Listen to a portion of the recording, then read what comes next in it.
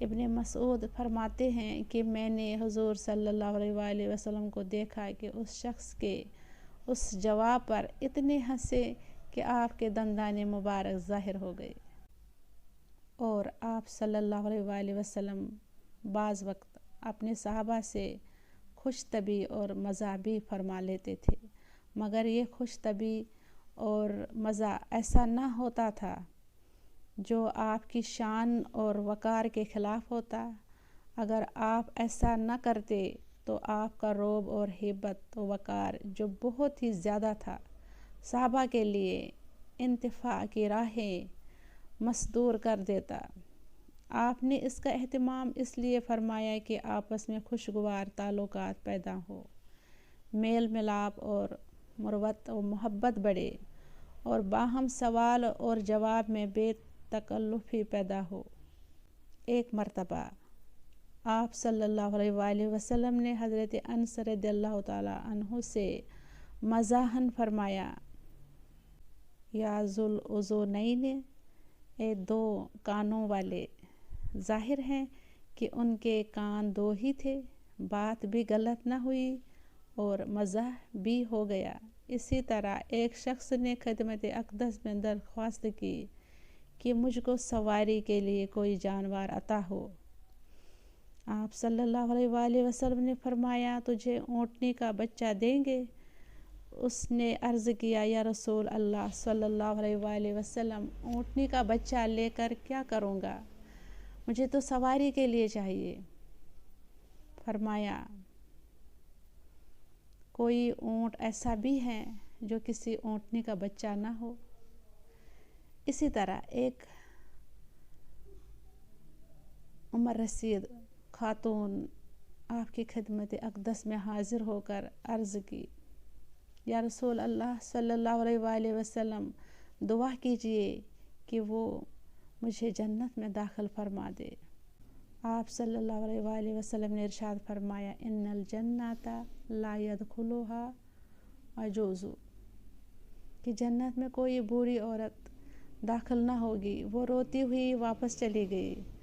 آپ صلی اللہ علیہ وسلم نے صحابہ سے فرمایا کہ ان سے کہہ دو کہ وہ عمر رسید ہو کر جنت میں نہیں جائے گی، بلکہ جوان ہونے کی حالت میں جائے گی۔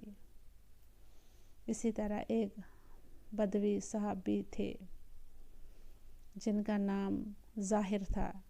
وہ جب خدمت اقدس میں حاضر ہوتے تو گاؤں کی چیزیں، سبزی، ترکاری اور پھل پھول وغیرہ لاتے اور بطور ہدیہ پیش کرتے۔ حضور صلی اللہ علیہ وسلم بھی ان کو کھانے پینے کا سامان اور شہر کے تحفے وغیرہ عطا فرماتے۔ آپ صلی اللہ علیہ وسلم فرماتے کہ ظاہر ہمارے لیے جنگل یعنی دیہات ہیں اور ہم اس کے لیے شہر ہیں، یعنی ہم اس سے جنگل کی چیزیں پا کر مستفید ہوتے ہیں اور وہ ہم سے شہر کی اشیاء پا کر مستفید ہوتا ہے۔ آپ صلی اللہ علیہ وسلم ان سے خاص محبت رکھتے اور وہ ظاہری صورت کے لحاظ سے خوش شکل نہ تھے۔ ایک مرتبہ کسی جگہ کھڑے ہوئے وہ سامان جو گاؤں سے لاتے تھے فروخت کر رہے تھے کہ حضور صلی اللہ علیہ وسلم بھی اتفاق سے وہیں تشریف لے آئے اور اچانک پیچھے سے دونوں ہاتھ ان کی آنکھوں پر رکھ کر ان کو آغوش میں لے لیا۔ انہوں نے کہا، ارے یہ کون ہے؟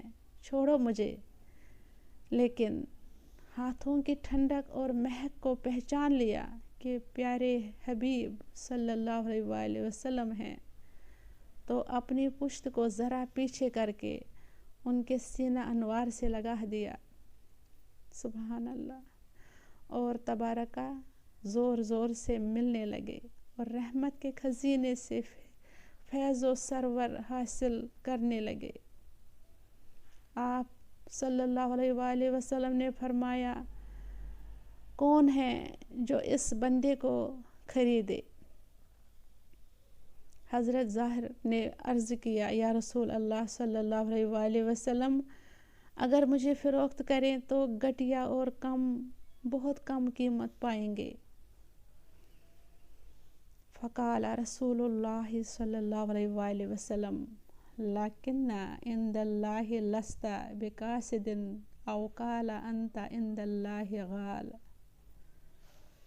تو حضور صلی اللہ علیہ وآلہ وسلم نے فرمایا، نہیں، تم اللہ کے نزدیک گھٹیا اور کم قیمت نہیں ہو بلکہ بیش قیمت ہو۔ جس کی تسکین سے روتے ہوئے ہنس پڑے، اس تبسم کی عادت پہ بے حد و درود و سلام۔ وآخر دعوانا الحمد للہ رب العالمین۔